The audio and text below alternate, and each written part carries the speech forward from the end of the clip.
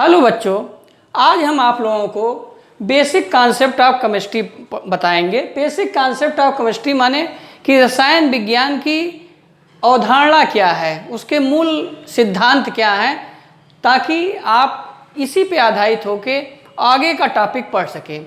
कोई भी टॉपिक, चाहे मैथमेटिक्स हो चाहे फिजिक्स हो, पढ़ने के पहले उस टॉपिक में क्या पढ़ना है आप चैप्टर में पहले ही उसको नोट कर लिया करिए। उसके बाद आप देख लिया करिए कि क्लास में क्या पढ़ाया जाता है। कुछ चीज़ें आपको एक्स्ट्रा भी बताई जाती हैं क्योंकि वह उस पर बेस होता है, तो एग्ज़ाम में तो नहीं आता, लेकिन इन सिद्धांतों को समझने के लिए उस बेसिक कॉन्सेप्ट को आपको समझना पड़ता है। तो इस चैप्टर में रसायन विज्ञान की जो ऐतिहासिक पहुंच थी उसको हटा दिया गया है।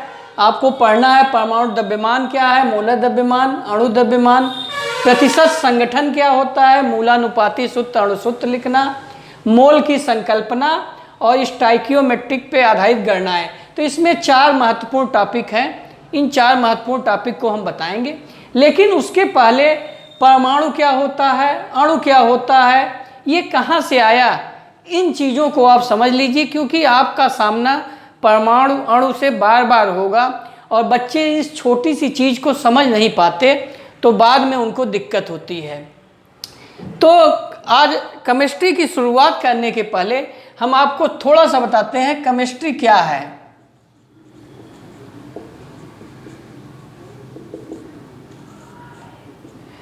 केमिस्ट्री के जन्मदाता जो है लैवॉसिये महोदय कहे जाते हैं। तो केमिस्ट्री के फादर, आप केमिस्ट्री यदि आपसे पूछा जाए तो आप कहेंगे लैवॉसिये हैं।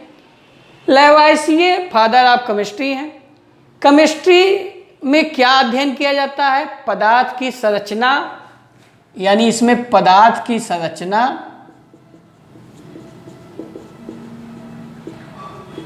एवं उसके गुणधर्म, यानी पदार्थ की संरचना का अध्ययन किया जाता है एवं उसकी प्रॉपर्टी का अध्ययन किया जाता है। साथ में पदार्थ एक रूप से दूसरे रूप में परिवर्तित हो रहा है उसका अध्ययन किया जाता है, यानी परिवर्तन का अध्ययन किया जाता है, जिसमें पदार्थ एक रूप से दूसरे रूप में परिवर्तित होता है। भौतिक परिवर्तन भी हो सकता है, रासायनिक परिवर्तन भी हो सकता है। तो इन सब चीज़ों का केमिस्ट्री में हम अध्ययन करते हैं। इस अध्ययन के लिए डिफरेंट प्रकार की शाखाएं बनाई गई हैं केमिस्ट्री की। एक को कहा जाता है फिजिकल केमिस्ट्री, यानी यदि इसके ब्रांच आप देखें केमिस्ट्री के ब्रांच, तो कई ब्रांच हैं। उसमें से जो आपको पढ़ना है, आपको 3 ब्रांच पढ़ना है, फिजिकल केमिस्ट्री, इनऑर्गेनिक केमिस्ट्री और ऑर्गेनिक केमिस्ट्री। फिजिकल माने भौतिक रसायन, अकार्बनिक रसायन, कार्बनिक रसायन। भौतिक रसायन में आप देखेंगे कि गणित का ज़्यादा यूज होगा और उसके भौतिक प्रॉपर्टी का अध्ययन किया जाता है, और यहाँ पे मैथमेटिक्स का ज़्यादा यूज होता है, इसलिए इसको फिजिकल केमिस्ट्री कहा जाता है।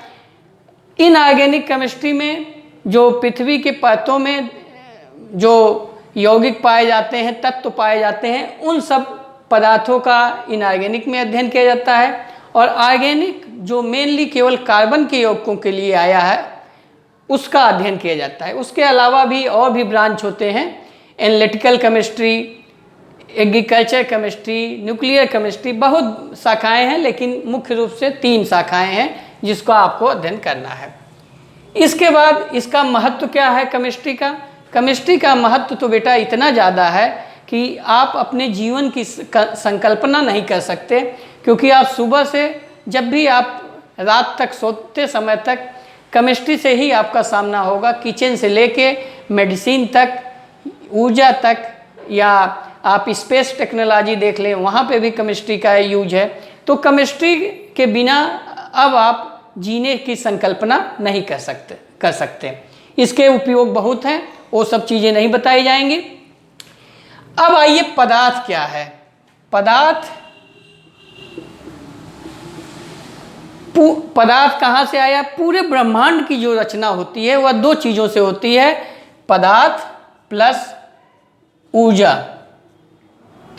तो पदार्थ के बारे में अब हम बताएंगे कि ये यूनिवर्स में पदार्थ क्या होता है। पदार्थ वह होता है जिसके पास अपना मास होता है यानी द्रव्यमान, और जिसके पास अपना वॉल्यूम होता है, अर्थात वह स्पेस में स्थान घेरता है। तो पदार्थ में दो चीज़ें निश्चित रूप से पाई जाएंगी, मास और वॉल्यूम। तो क्या हम ब्रह्मांड में जो भी चीज़ पाई जाती है सबको पदार्थ कह सकते हैं? बिल्कुल कह सकते हैं, लेकिन कुछ चीज़ें हैं जिनको नहीं कह पाएंगे। जैसे यदि आप कोई स्वाद ले रहे हैं, खट्टा मीठा, या यदि आपकी फ्रेंडशिप है तो वो भी आपके लिए उपयोगी चीज़ है, लेकिन वह पदार्थ नहीं कहा जाएगा। तो पदार्थ में आप टेबल, मेज, घड़ी, मोबाइल सब आप ले सकते हैं, ये सब क्या है? पदार्थ है। अब पदार्थ का जो बंटवारा होता है दो प्रकार से किया जाता है। एक को कहेंगे भौतिक बंटवारा यानी फिजिकल क्लासिफिकेशन, और एक को कहेंगे केमिकल क्लासिफिकेशन। हम मेनली केमिकल क्लासिफिकेशन बताएंगे। फिजिकल क्लासिफिकेशन जो है आप क्लास 9th में पढ़ चुके हैं। भौतिक बंटवारा में पदार्थ को 4 भागों में आप बांट सकते हैं। एक को कहेंगे ठोस यानी सॉलिड, लिक्विड, गैस, और चौथा जो है प्लाज्मा। फिर इन सब में आपस में संबंध भी होता है। आप क्लास 9th में ये पढ़ चुके होंगे कि इधर सॉलिड, इधर लिक्विड लिख दीजिए, और यहाँ गैस। तो टेम्परेचर द्वारा ये आपस में कनेक्टेड होते हैं और डिफरेंट क्रियाएं होती हैं कि सॉलिड से लिक्विड में बदलिए तो आप उसको कहते हैं कि मेल्ट कर दिए हैं, मेल्टिंग पॉइंट पे होगा। लिक्विड से गैस में बदलना होगा, बॉइलिंग पॉइंट पे होगा। सॉलिड से गैस पे बदलना होता है तो सब्लिमेशन की क्रिया होती है। तो ये सब क्रियाएं भौतिक क्रियाएं हैं, और ये सब आप पढ़ चुके हैं। और केमिस्ट्री में जहाँ पे इन क्रियाओं की ज़रूरत होगी मैं फिर आपको बताऊंगा। आज हमारा जो टॉपिक है केमिकल क्लासिफिकेशन क्या होता है उसको मेन बताएंगे।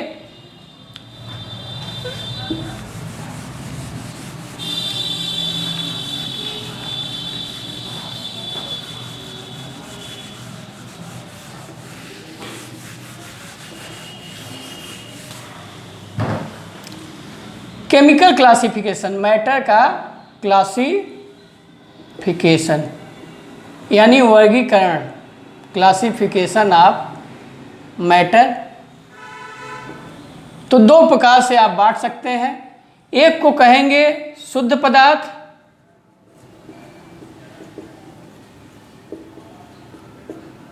इसकी स्पेलिंग बेटा है प्योर सब्सटेंस कहिए या मैटर, प्योर मैटर या प्योर सब्सटेंस।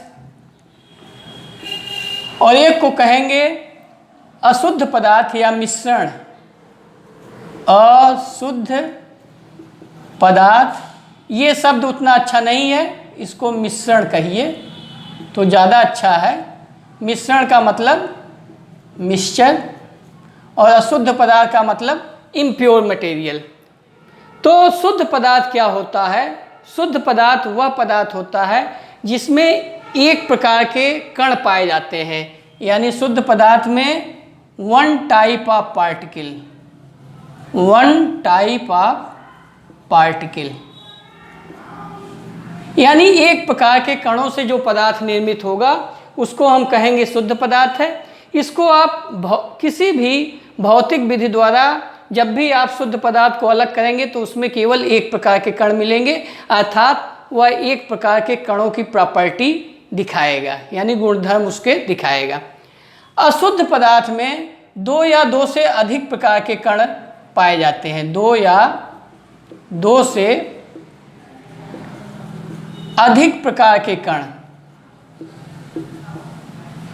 पाए जाएंगे तो उनको हम कहेंगे कि वो मिश्रण है। फिर ये शुद्ध पदार्थ जो एक प्रकार के पार्टिकल पाए जाते हैं, ये मुख्य रूप से 2 प्रकार के होंगे। एक को कहेंगे आप तत्व और एक को कहेंगे यौगिक। और अशुद्ध पदार्थ को भी आप दो भाग में बांट देंगे, समांगी मिश्रण और एक को कहा जाता है विषमांगी। समांगी मिश्रण का एग्जाम्पल आपका बेटा विलयन है, सॉल्यूशन। ये आप इंटरमीडिएट में विस्तार रूप से पढ़ेंगे तो वहाँ पे मैं बताऊंगा। विषमांगी का एग्जाम्पल कोलाइड है, इसको भी आप इंटरमीडिएट में पढ़ेंगे, कोलाइडी विलयन, तो इसको बाद में बताया जाएगा। आज आपको तत्व यौगिक और इसके जो बेसिक पार्टिकल होते हैं उसके बारे में बताया जाएगा। तत्व क्या होता है? तत्व आप पीरियोडिक टेबल में पढ़े हैं कि 116-17 तत्व हैं पीरियोडिक टेबल में, यानी 116 तत्वों से ही पूरे ब्रह्मांड की रचना हुई है। लेकिन क्या आप 116 प्रकार के ही केवल वस्तु पाते हैं, जबकि आपके पास लाखों प्रकार के वस्तुएं हैं, लाखों प्रकार के पदार्थ हैं? तो ये तत्व डिफरेंट रूप से कंबाइन होके आपको कंपाउंड देते हैं, यौगिक। इसका नाम क्या है? कंपाउंड। और इसको क्या कहेंगे? एलिमेंट। तो तत्व से यौगिक बनाने के लिए दो या दो से अधिक तत्व जब आपस में मिलेंगे तो यौगिक बनता है। दो या दो से अधिक तत्व आपस में मिलकर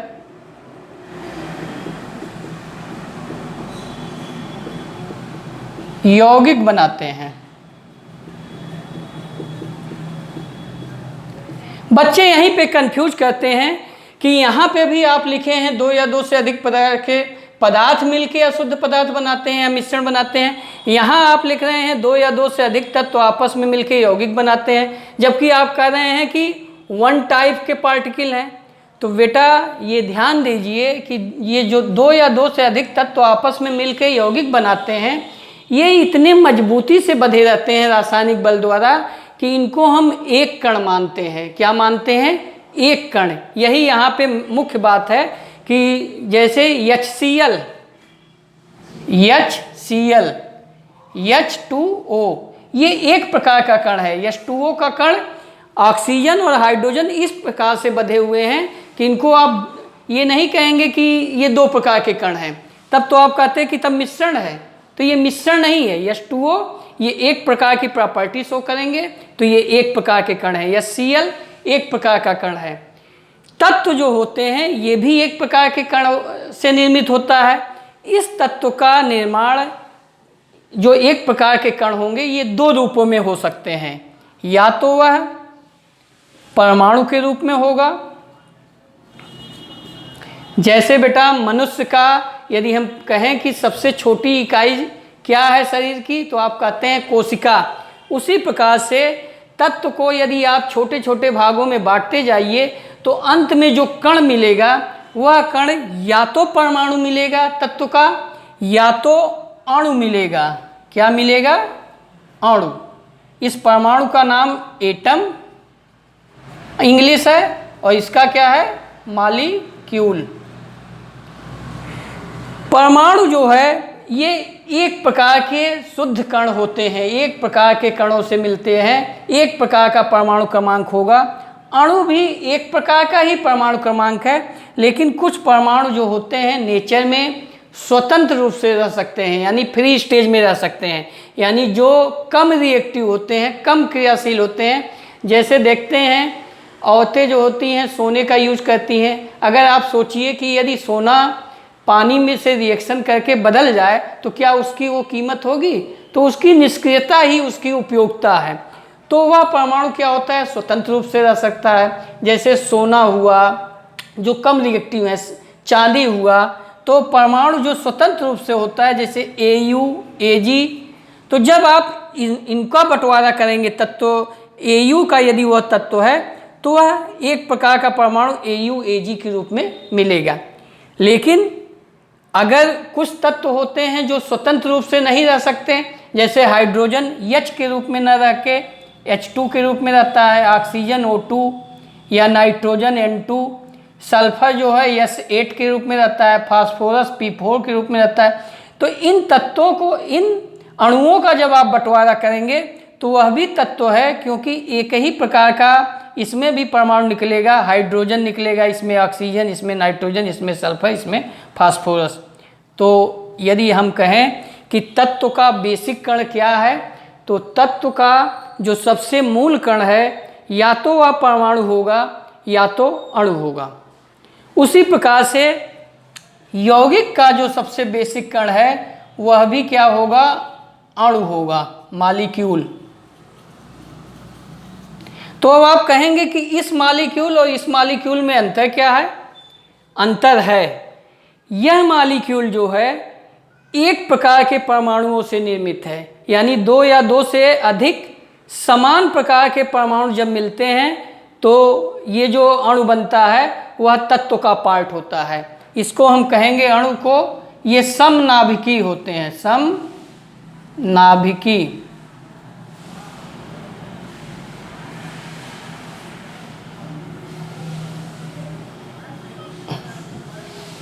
होमोन्यूक्लियर, होमोन्यूक्लियर, ये सब अभी आप विस्तार में पढ़ेंगे जब आप यौगिक के बारे में पढ़ेंगे, वैद्युत संयोजक बंध, सहसंयोजक बंध, तो आप अणुओं के बारे में वहाँ पे भी पढ़ेंगे।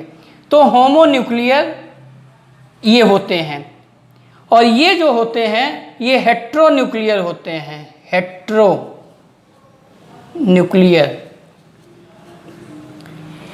परमाणु से अणु बनता है, तो जब दो समान प्रकार के परमाणुओं से अणु बनता है तो उसको हम समनाभिकी कहते हैं। जब दो डिफरेंट प्रकार के परमाणुओं से बनता है तो उसको हम कहते हैं विषम नाभिकी।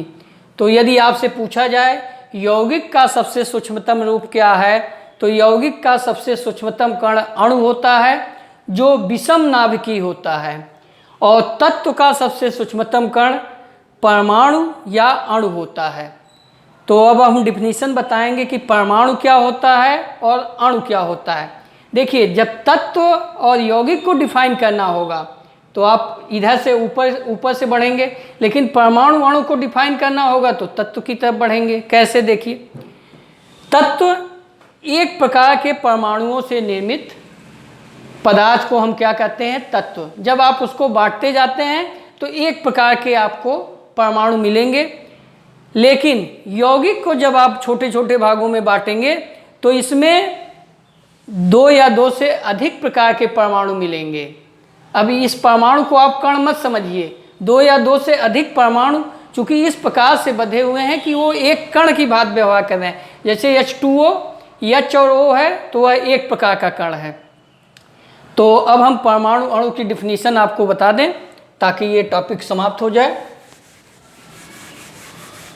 परमाणु की सबसे पहले बात डाल्टन महोदय ने किया था। डाल्टन महोदय ने बताया था कि कोई भी पदार्थ या तो परमाणु से निर्मित होता है या तो अणु से। तो परमाणु क्या होता है और अणु क्या होता है, ये इसलिए ज़रूरी है आपको क्योंकि रसायन विज्ञान परमाणु और अणु का ही विज्ञान होता है। रसायन विज्ञान को आप एक लाइन में कह सकते हैं, परमाणुओं और अणुओं के विज्ञान को ही हम रसायन विज्ञान कहते हैं। परमाणु पदार्थ का वह सूक्ष्मतम कण है जो स्वतंत्र रूप से रह भी सकता है, नहीं भी रह सकता।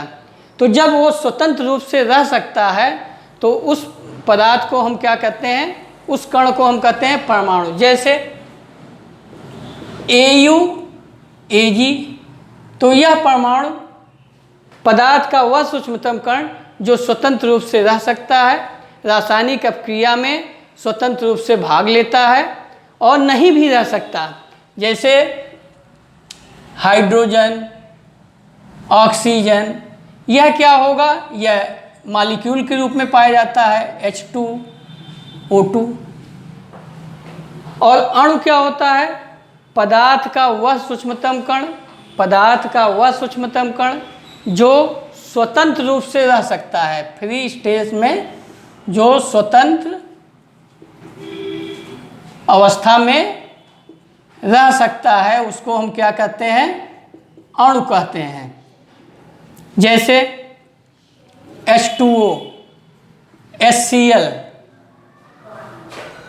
तो अणु जो होता है यह किसी तत्व का या किसी यौगिक का सबसे सूक्ष्मतम कण है, लेकिन जो परमाणु होता है यह किसी तत्व का सबसे सूक्ष्मतम कण है। तो यही बेटा अंतर है परमाणु और अणु में, तत्व और यौगिक में। अगर आपसे तत्व पूछा जाए तो तत्व आप एक लाइन में बताएंगे कि एक प्रकार के परमाणुओं से निर्मित पदार्थ को हम तत्व कहते हैं, और यौगिक क्या कहेंगे, दो या दो से अधिक प्रकार के तत्वों से निर्मित जो पदार्थ होता है उसको हम यौगिक कहते हैं। इन दोनों का, चाहे वो तत्व हो चाहे यौगिक हो, इन दोनों में एक ही प्रकार के कण पाए जाते हैं। उस प्रकार के कणों का हम या तो परमाणु कहेंगे, उनका नाम है, या तो अणु है। परमाणु जो होता है वह स्वतंत्र रूप से रह भी सकता है, नहीं भी रह सकता। जैसे AuAg के कण आपके स्वतंत्र रूप से रहते हैं, लेकिन वहीं पे हाइड्रोजन ऑक्सीजन के परमाणु स्वतंत्र रूप से न रह के अणु रूप में रहते हैं, और अणु हमेशा स्वतंत्र रूप से रहता है। जैसे H2O या Cl, ये सब क्या है, ये सब अणु है। ये डिफरेंट प्रकार के अणु हैं, ये किसी कंपाउंड के सूक्ष्मतम कण हैं। या H2O2 N2 P4 एसेट, यह भी क्या है, यह भी अणु है, लेकिन यह किसका रूप, किसका सबसे छोटा कण है, तत्व का। तो इस प्रकार से हमने आपको तत्व क्या होता है, यौगिक क्या होता है, परमाणु क्या है, अणु क्या है, उसको हमने बता दिया। अभी आप देखेंगे कि यह जो परमाणु होता है, यह परमाणु में जो द्रव्यमान होता है, यह भी द्रव्यमान कहाँ से आएगा, परमाणु के अंदर। इसका मतलब जो और कण पाए जाएंगे उन्हीं के द्रव्यमान को हम परमाणु द्रव्यमान कहेंगे। डाल्टन महोदय ने शुरू में तो ये बताया कि परमाणु अविभाज्य है, लेकिन अब नए शोध द्वारा ये पता चला है कि परमाणु भी विभाज्य है, क्योंकि ये इलेक्ट्रॉन, प्रोटॉन और न्यूट्रॉन द्वारा मिलके बना होता है। तो अब आगे की कहानी आगे आपको बताई जाएगी कि परमाणु द्रव्यमान क्या होता है, मोल की संकल्पना क्या है। तो थैंक यू बेटा। यदि आपको मेरी बात इतनी समझ में आई हो तो मेरे चैनल को लाइक और सब्सक्राइब कर दीजिएगा, ताकि जब भी मैं नया वीडियो बनाऊं तो आपके पास सबसे पहले पहुंच जाए। Thank you.